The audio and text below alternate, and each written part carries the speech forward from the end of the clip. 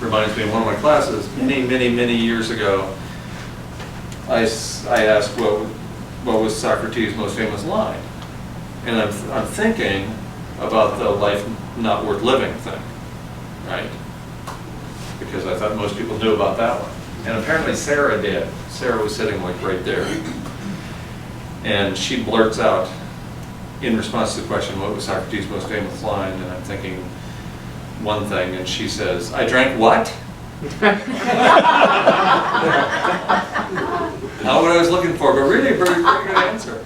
He actually did become famous for that one. So I think pursuit of love, whatever that means for you, and for some people it means playing music, and pursuit of excellence, and for some people it means playing music. I don't know what it means for you. I barely know what it means for me. And then there's something else we can do, and that's act more like our four-legged friends than like ourselves, right? So this is your dog, and your dog is out in the world, and there's 4 trees in the sun, and your dog actually sees 4 trees in the sun.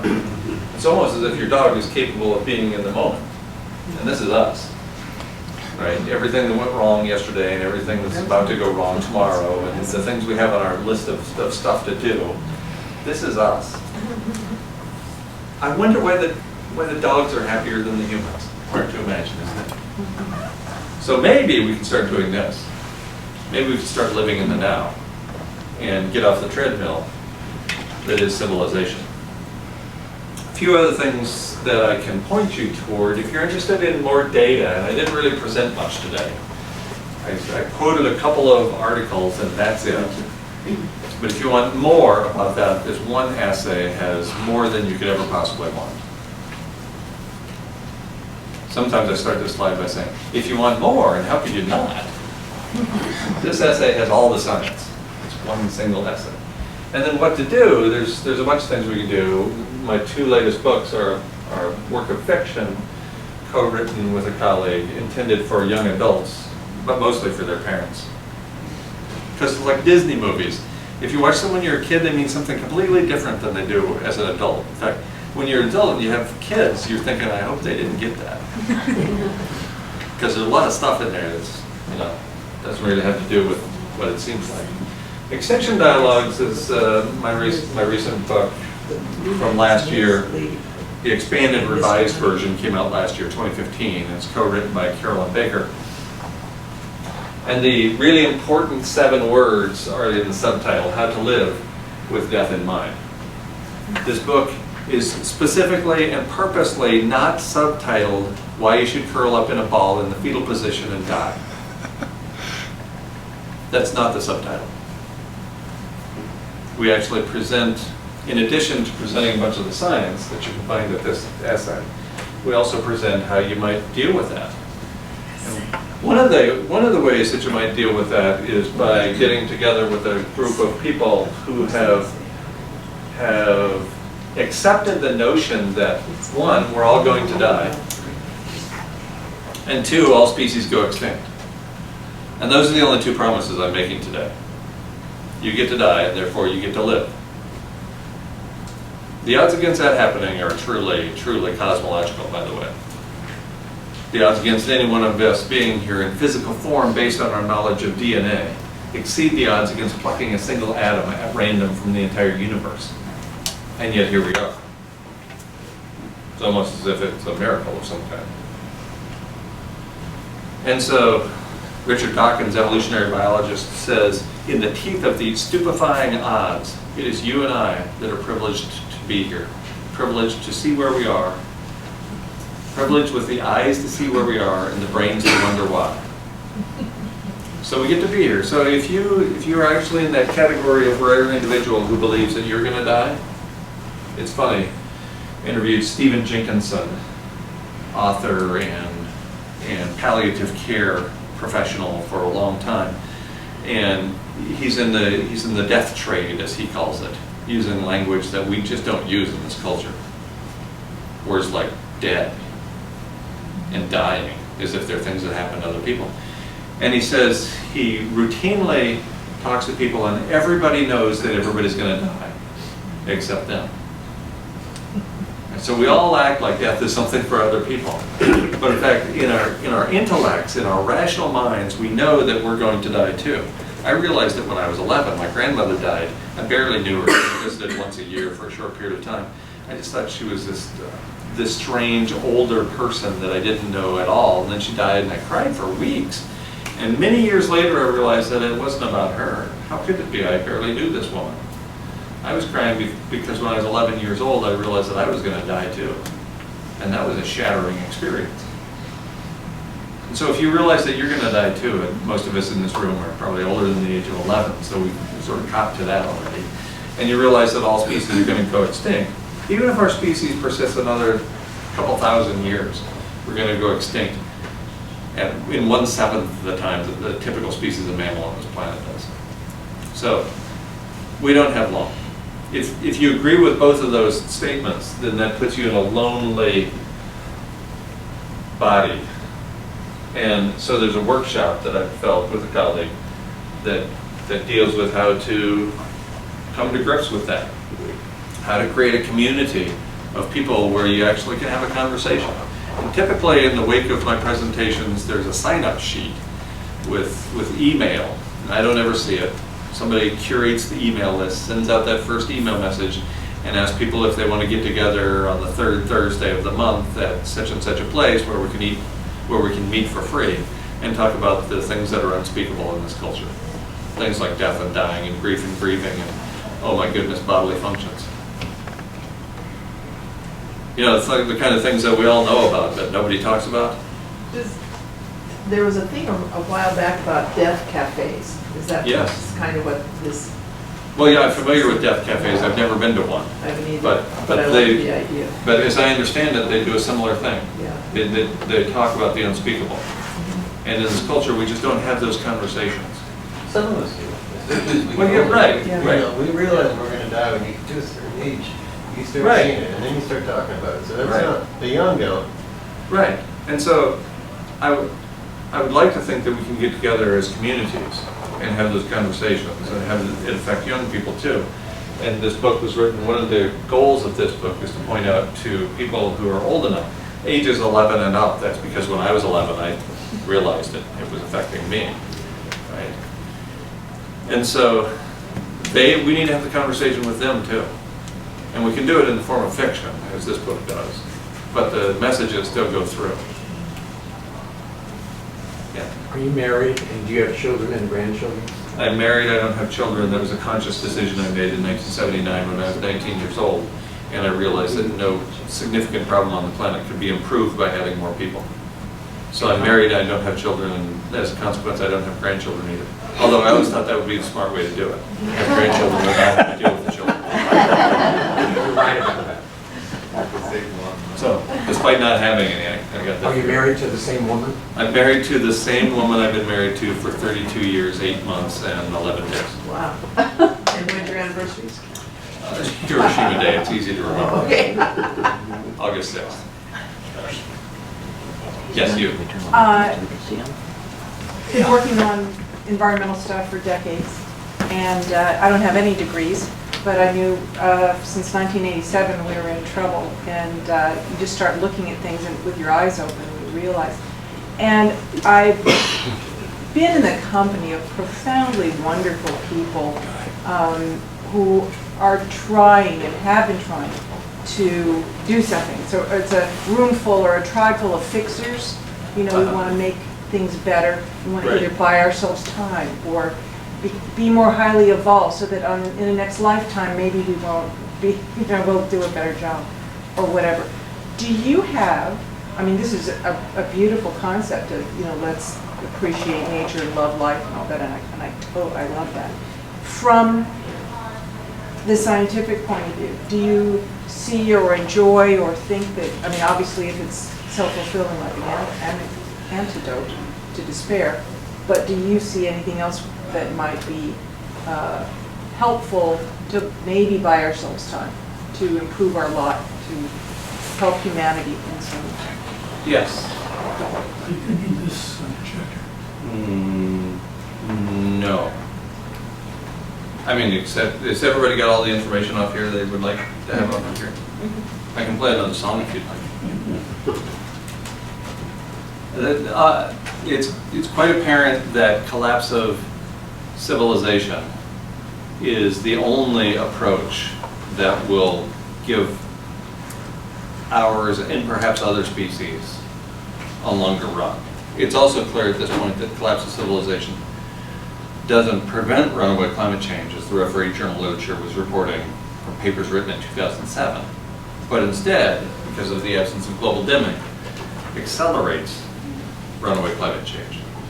But all that aside, it appears to be the only shot we have.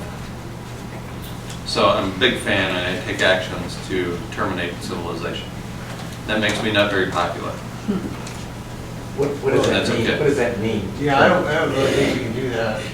That would probably be illegal, but. Of course, many of the actions are illegal. What do you think? And some aren't. Well- And there's a wonderful online book for free called Underminers. It's written by my friend Keith Varnish, underminers.org, and he goes through thousands of steps that we can take that range from writing a letter to the city council Well, to, I know.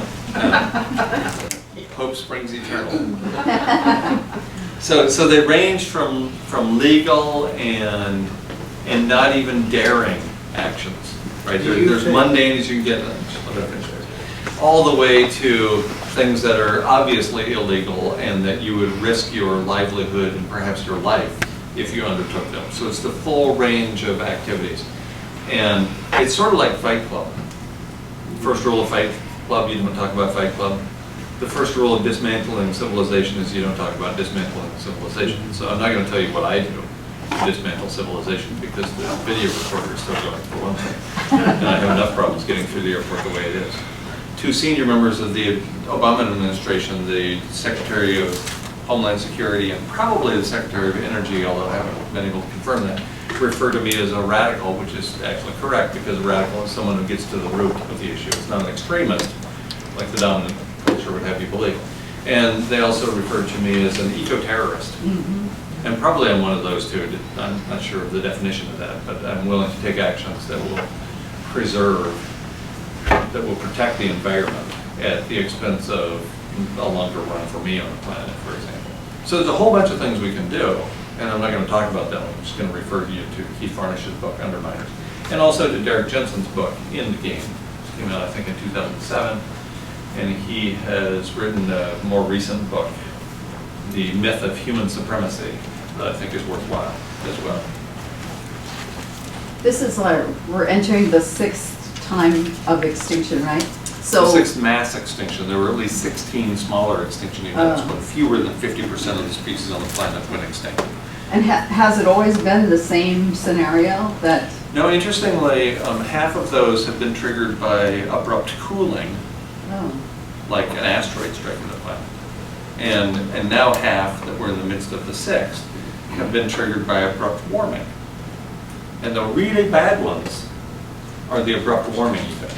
So the worst of them was 252 million years ago, the Great Dying that I showed on the graph that took 20 to 80,000 years to warm from ice age to just beyond hothouse to about 23 degrees Celsius. So that was the most abrupt one. What we're looking at now is reaching that temperature, potentially reaching that temperature within the range anyway, of reaching that temperature, maybe shooting beyond 22 degrees Celsius in a matter of years. So this is consistent with what has occurred and caused mass extinction events in the past, but much, much faster. Even the PETM, the Paleocene-Eocene thermal maximum. I have to smile each time I say that right. I never repeat it during a presentation. It's just the PETM from then on. 65 million years ago, the PETM, starting about 65 million years, well, starting about 56 million years ago, there was an abrupt rise in global average temperature of the planet, according to a paper in the Proceedings of the National Academy of Sciences. A 5 degrees Celsius temperature rise in a span of only 13 years. We're putting carbon dioxide into the atmosphere at this point about 10 times faster than occurred during the PETM. So that's huge. It's an absolutely huge difference. And we're on par to that sort of accelerated temperature rise. And it's difficult for me to imagine a scenario in which humans actually live through that. You know, we're the 12-year-old in the science lab with the goggles on. We just keep blowing things up. And we wonder why our face hurts. Right? And at some point we're going to blow things up and it's going to be us that it gets blown up. I can't imagine any way to avoid it because we just haven't learned from those mistakes so far. Things keeps getting hotter. Yeah. I think what you tapped into in terms of, you know, finding a gathering space, you know, of local people getting together and sharing things that are kind of unspeakable, and getting to the root of certain issues. I mean, you really tapped into something because I recently went to a permaculture convergence workshop with Mark Lakeman, who is a retired architect that spent many years in third world countries and in rainforests dealing with indigenous people's you know, way of life.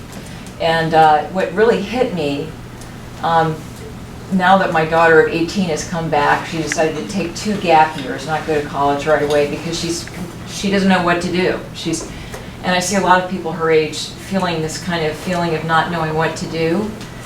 But my daughter and I sat down a couple nights ago and we were talking about Mark Lakeman and his idea of breaking up civilization by starting with a grid of like maybe 4 blocks and getting community groups together and breaking up streets and making them pedestrian and breaking up blocks to make them like greenways for people to communicate and different ages, you know, having a gathering. And when I spoke to my daughter about that, she, you know, we were talking about how humans had this like grass is always greener concept. Right. Like this need to travel far away because wherever you're going to, whether it's a vacation or just getting away, is better than what you've been in for so long. And I really see like the opportunity for us as a species or whatever is to be able to somehow regain some kind of ritualistic interest that keeps our interest and soulfulness right where you are, rather than feeling like it could be better somewhere else to escape, you know, from where we are right now. Right. Like that predicament.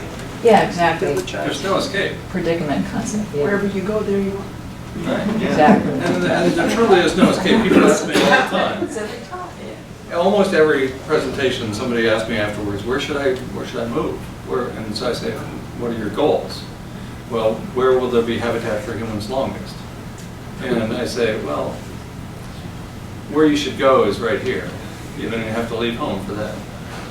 And if you want to live the longest, you can follow the Steve Wozniak approach. I think it's pretty interesting. Steve Wozniak, the guy who single-handedly built the Apple I and Apple II computers, sends me an email message. And I'm like, really? Is this a joke? Because Steve Wozniak, you know, we're not tight. At least that's what I thought. But I get this email message from him in late December 2012. And he says, because of what you wrote, I'm going to move to the Southern Hemisphere in the not too distant future. And I couldn't tell anybody about it because he didn't move for 2 years.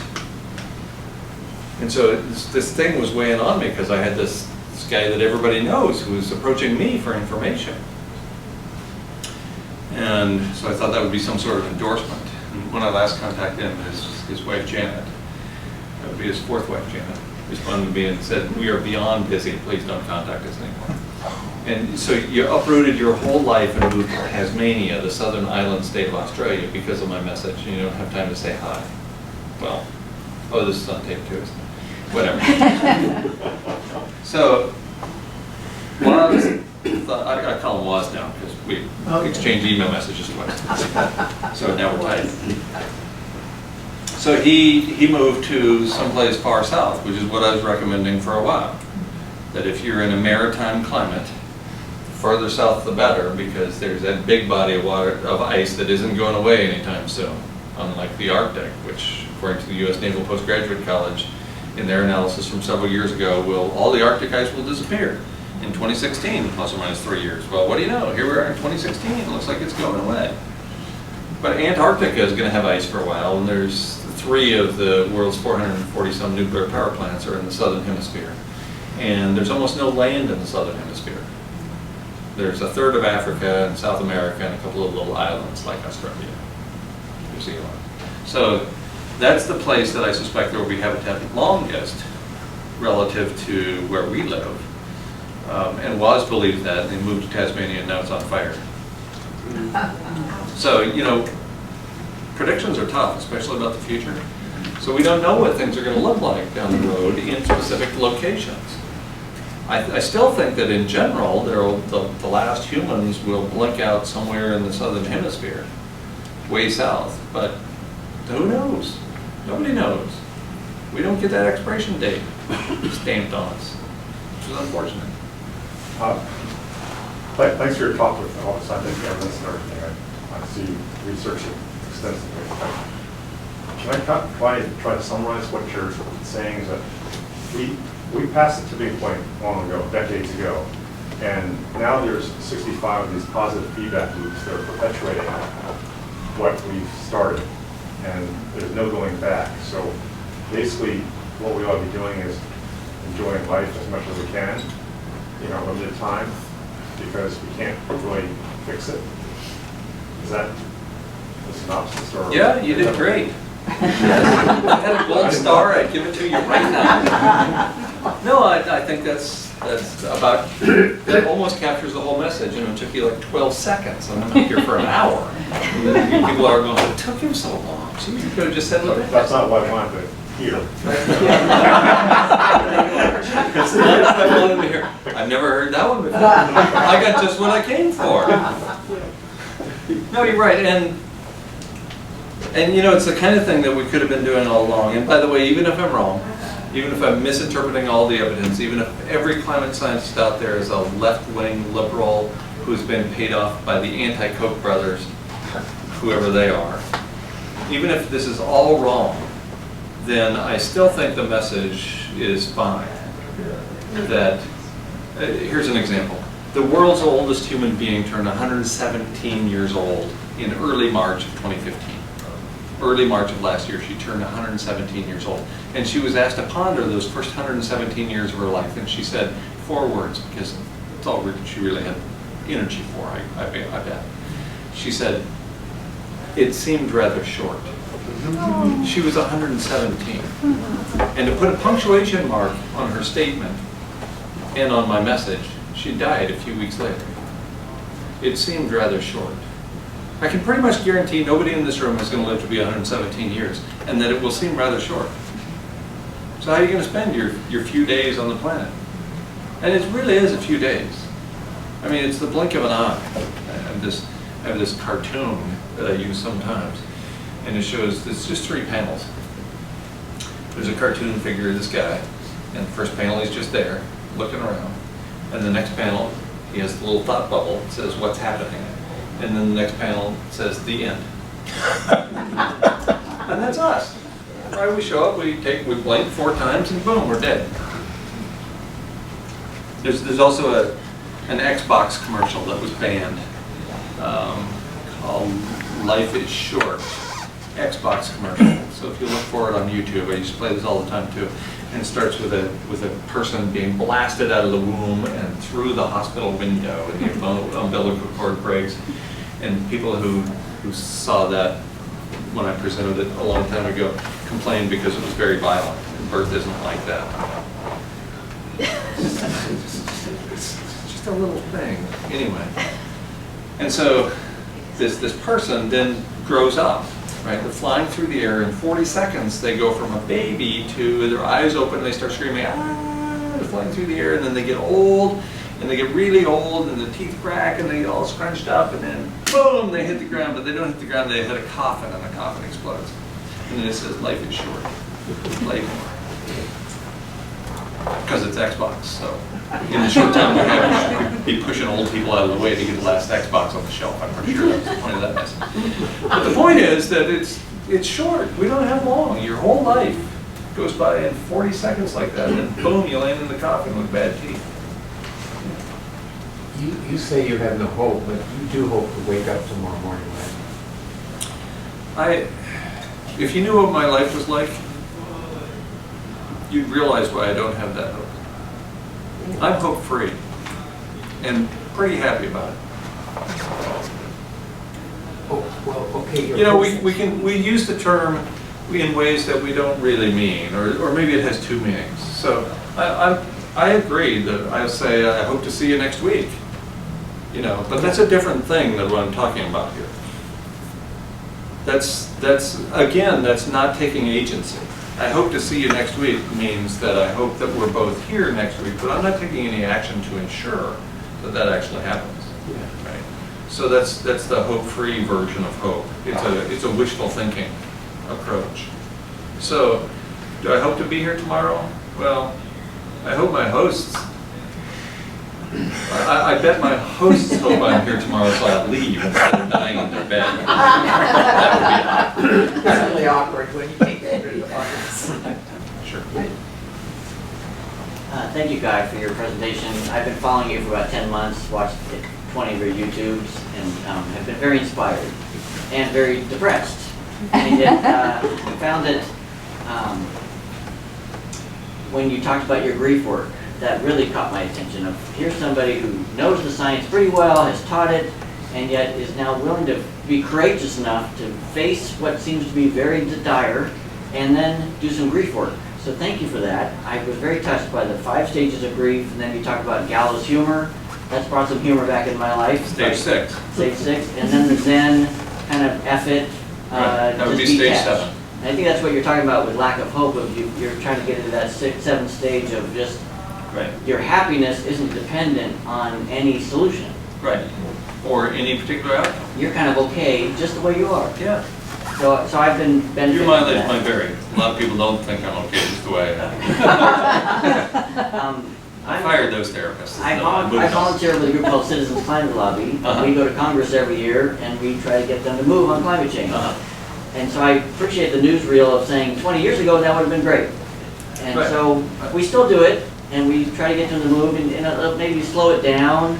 Maybe there'll be a miracle or something, but it is hard work and not very hopeful. But as they say, movement is the antidote to despair, activation, so we get active. So I just wanted to share, thank you, and also we're trying to do stuff, and so can you speak more about what we can do? I know you mentioned, we could go try to undo civilization, but in terms of Yeah, I Citizens never Climate get a lot of Lobby, people signing up for that. but in terms of getting Congress, getting people to move, we got people locally here, Sierra Club, working on getting Encinitas to change their way they get power here. It's inspiring. We're trying to move things. I know you probably say it's too little too late. But should we do it anyway? I think you should do what you love.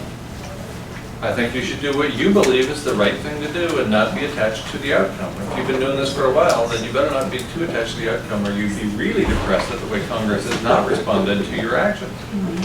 So I think we should do the right thing and we should not feel particularly hopeful or fearful that that's going to change anything.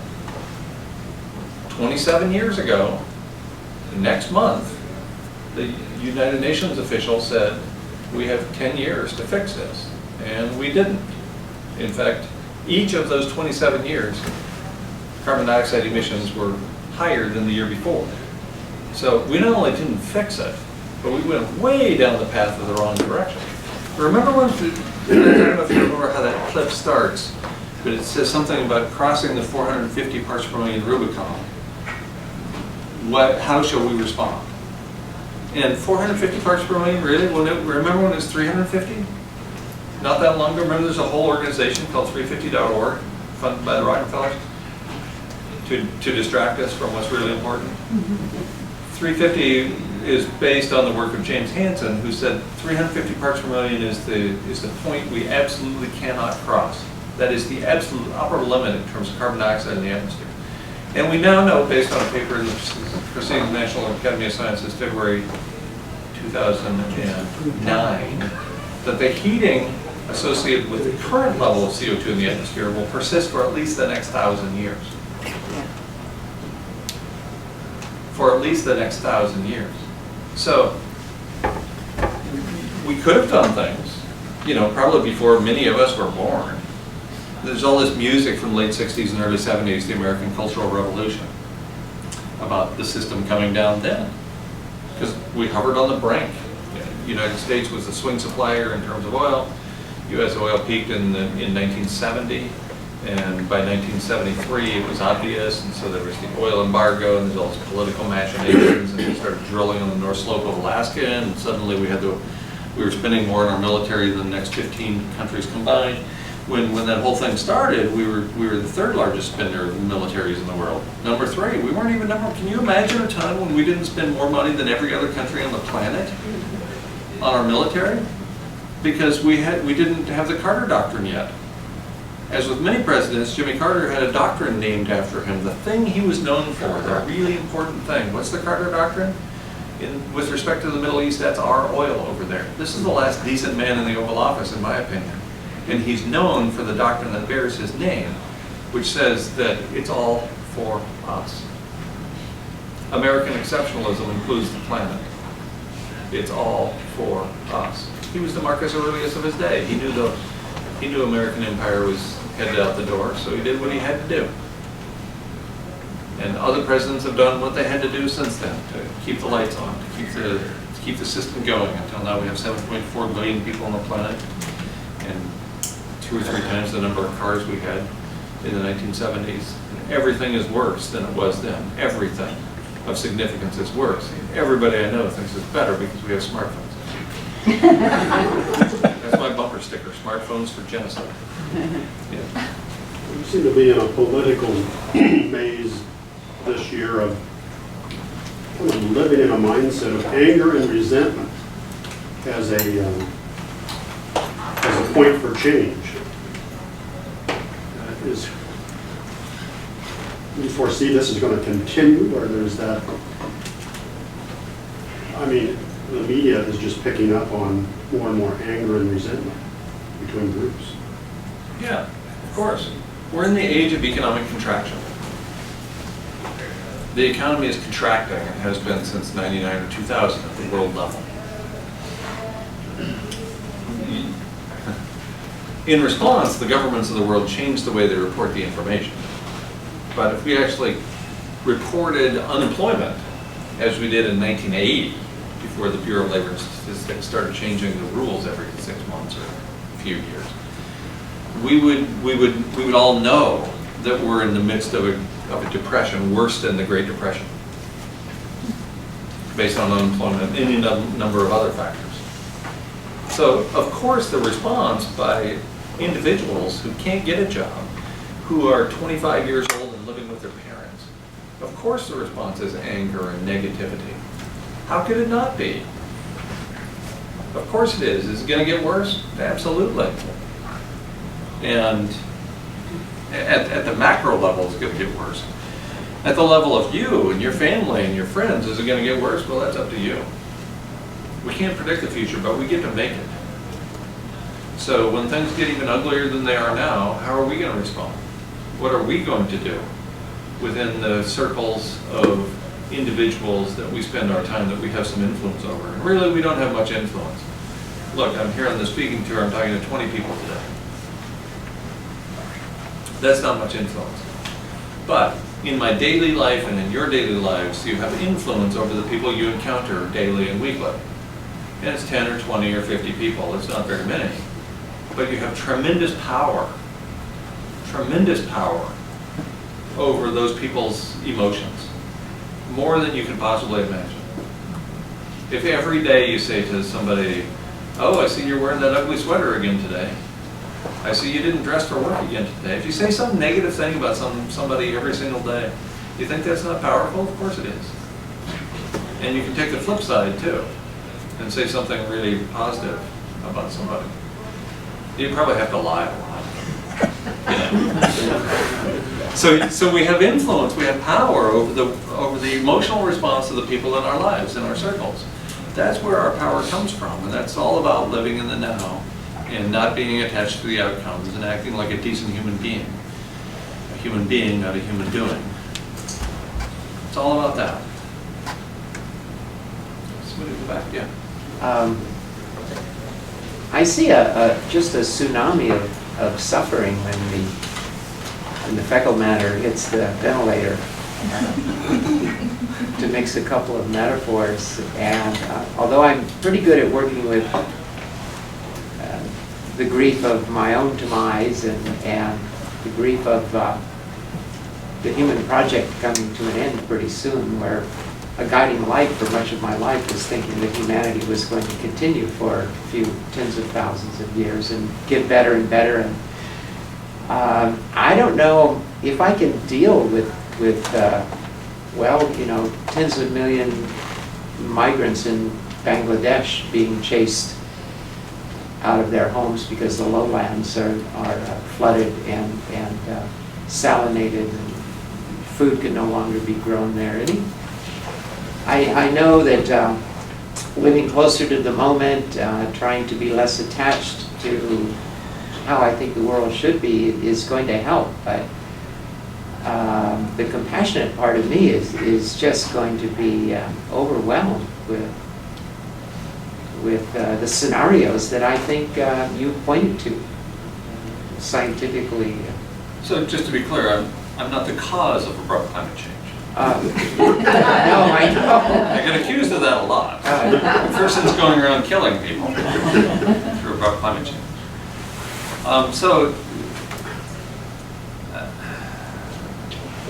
Yeah. Yes. We will all suffer, and those of us who are empathetic and aware will suffer compassion fatigue. But we probably don't have a lot of choice about that. I mean, we didn't choose to be who we are. We didn't choose to be compassionate human beings, or sociopaths, depending on who us. So, It's just so bleak. Can I ask a question? let me, before you do, let me tell you how bleak it is right now. 4 billion people are without daily access to fresh water, to clean water. 4 billion people. You think it's not bleak for 4 billion people on the planet? We're privileged white people living in the global north. Deal with it. It's bleak. It's been bleak. How do we have the lights on? Because we killed brown people. Because that's our oil for there. You think it's not bleak? You're not paying attention. It is damn bleak. It's going to visit us too. American exceptionalism is a myth. It's already bleak. For the families of the 5 million who die every year because of climate change, it's bleak already. I'm not saying we should look the other way, and that's the American approach, is to look the other way, to not show the coffins on television. Let's look at it. Let's look it in the eye and recognize that it's bleak and figure out what we can do to make it less bleak for us and those around us, because that's where our power lies.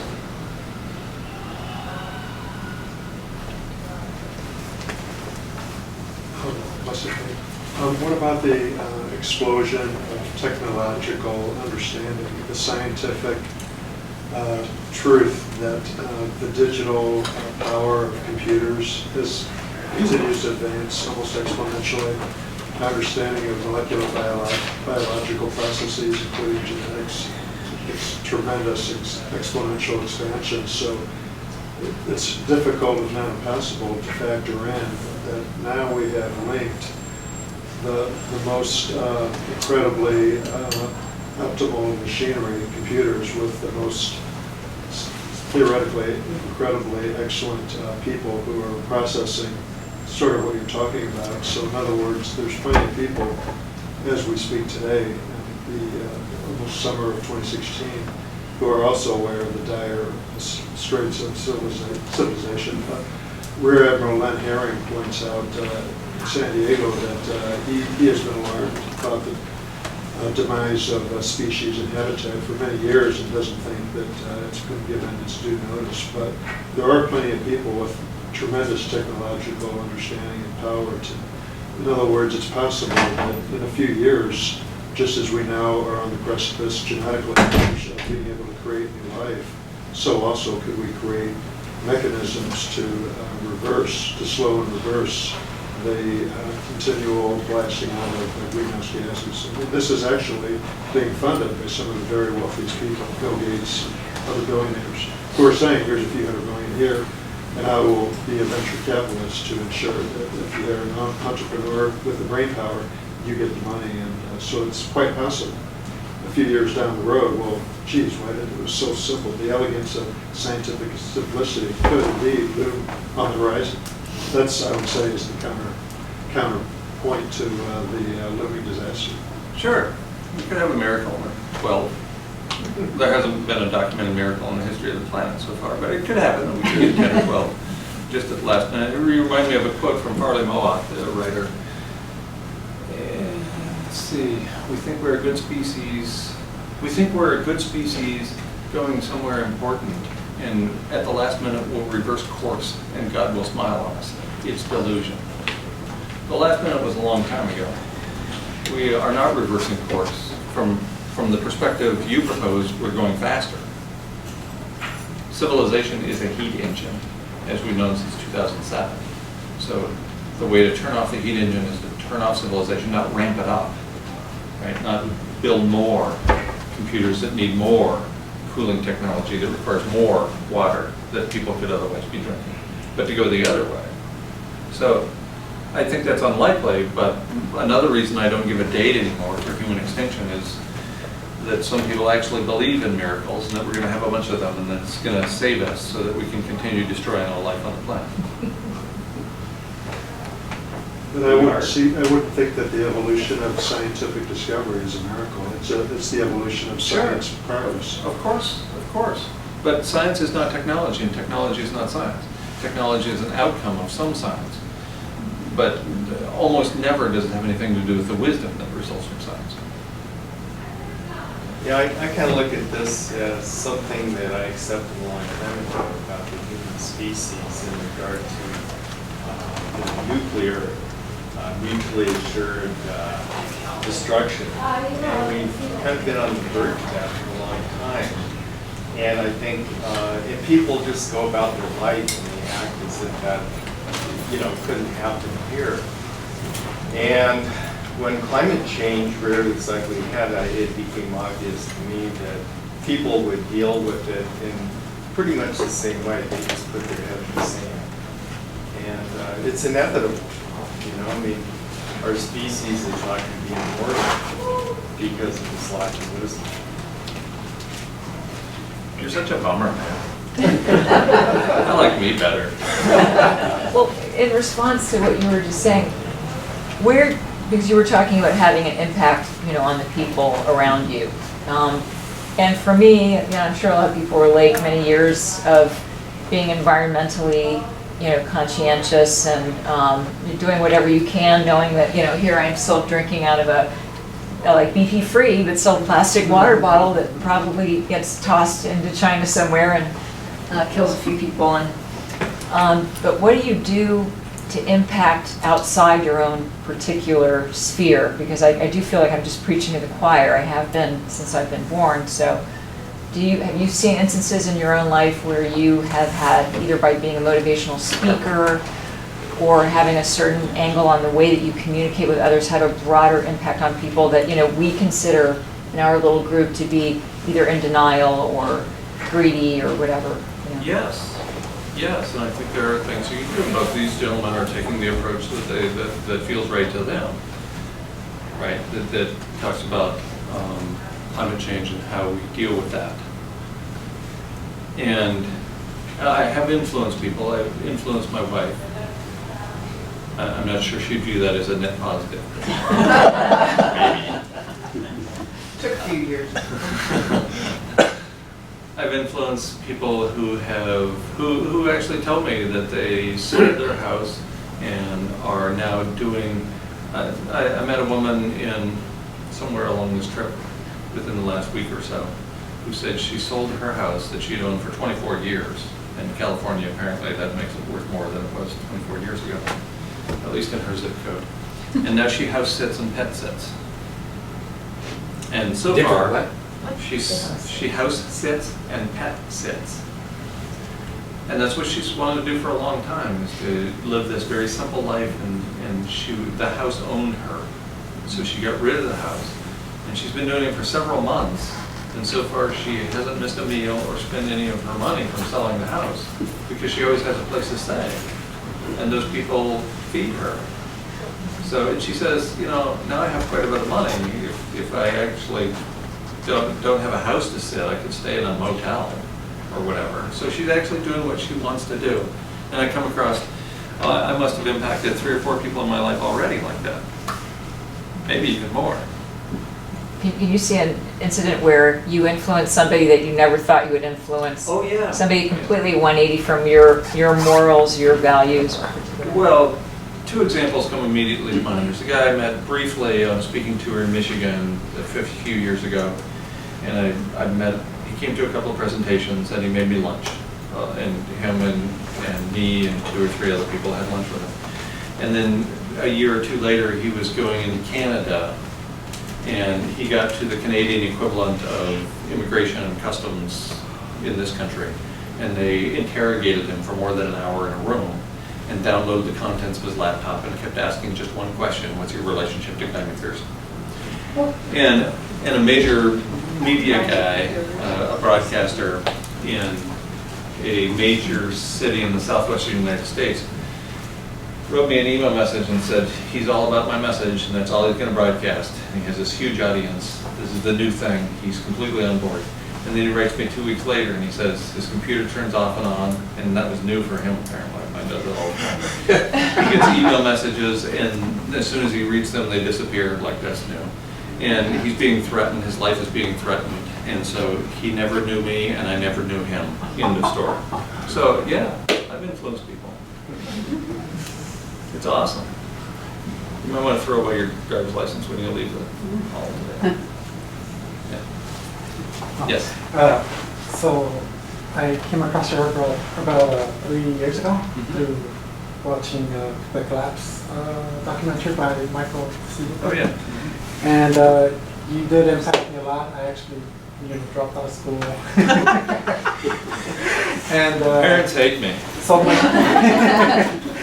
yeah, I was pursuing a science degree, and I'm like, where am I going to discover stuff for some people to use it for, to destroy the earth? So, and then I also sold my car, and I've just been biking everywhere and trying to get more in touch with my family and my friends. So I can say that you've opened my mind and my heart, and completely changed my life. So, for the better. Thank you for saying that. Because other people who bring up Michael C. Rupert's name often accuse me of having killed him. Seriously, he committed suicide just over 2 years ago, and almost immediately, major media people were saying that it was my fault because he believed what I had to say, as if a guy like that, who's a renowned critical thinker, has written many books, as if he believed something just because I said it. So thanks for saying that. You're the flip side to the dark culture that we inhabit. Yeah. It's so ironic, the whole thing. And there's such beauty in this message, weirdly, the root of it is about love. I see it. And it's amazing.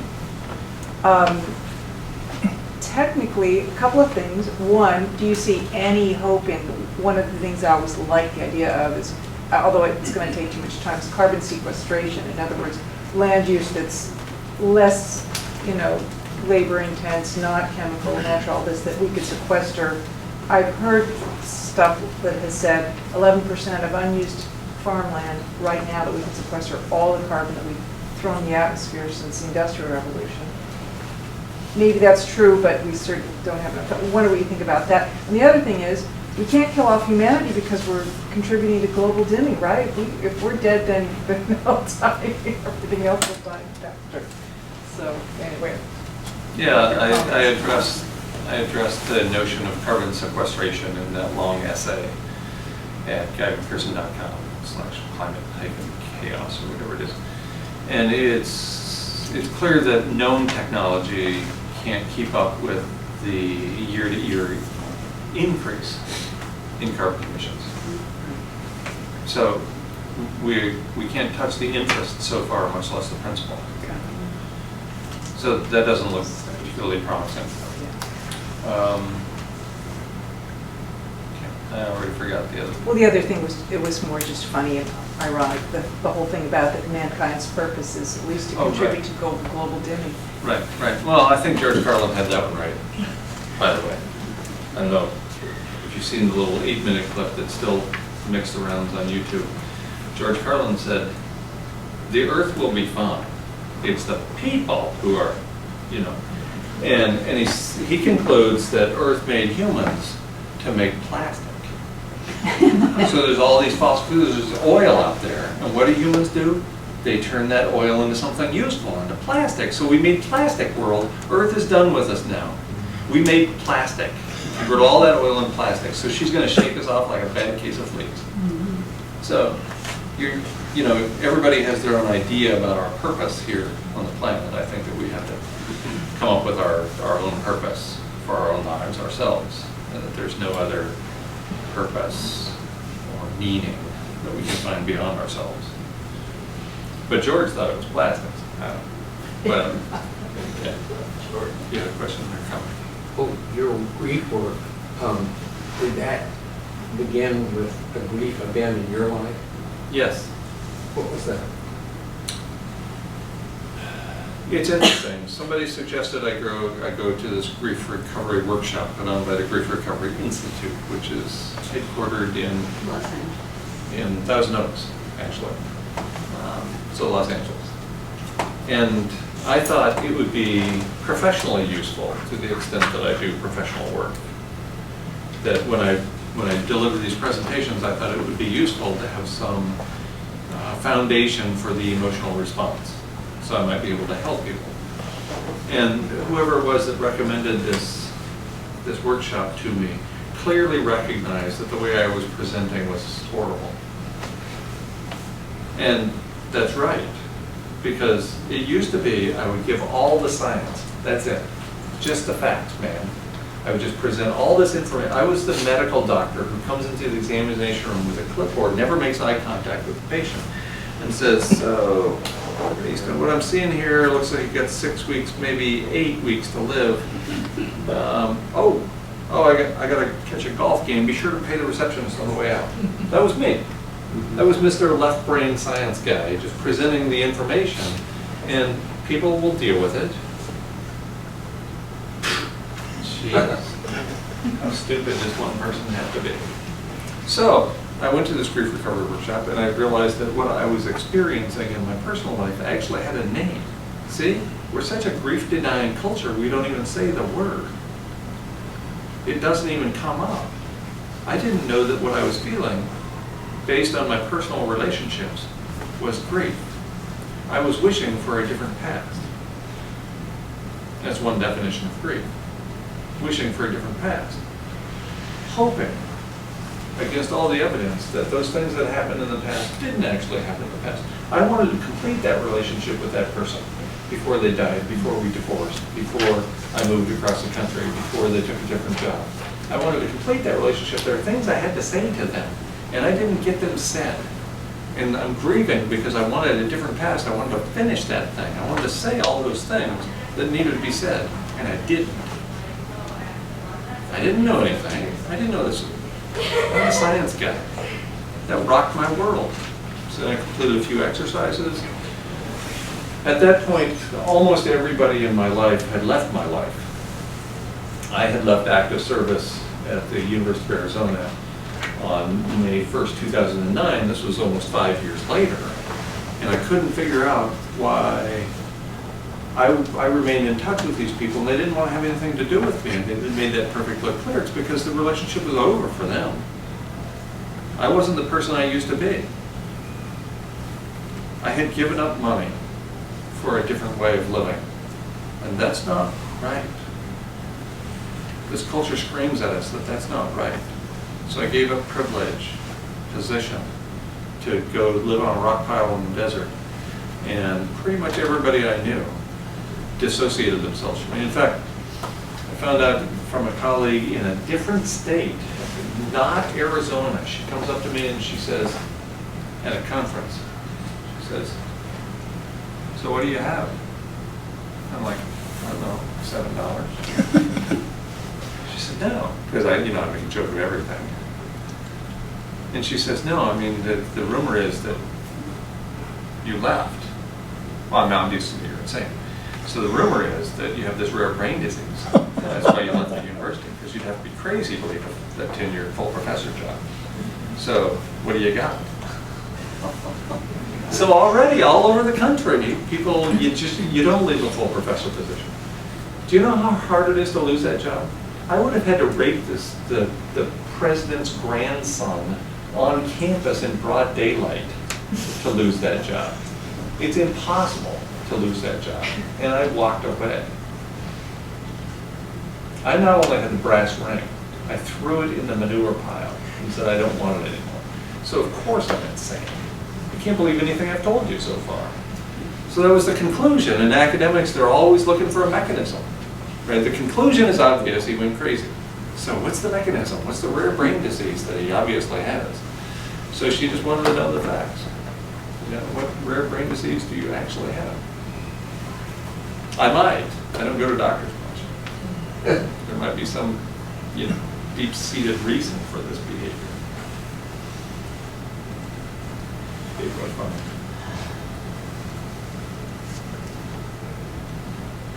Thank you all for coming. I will stay here and chat with you individually for as long as you'd like.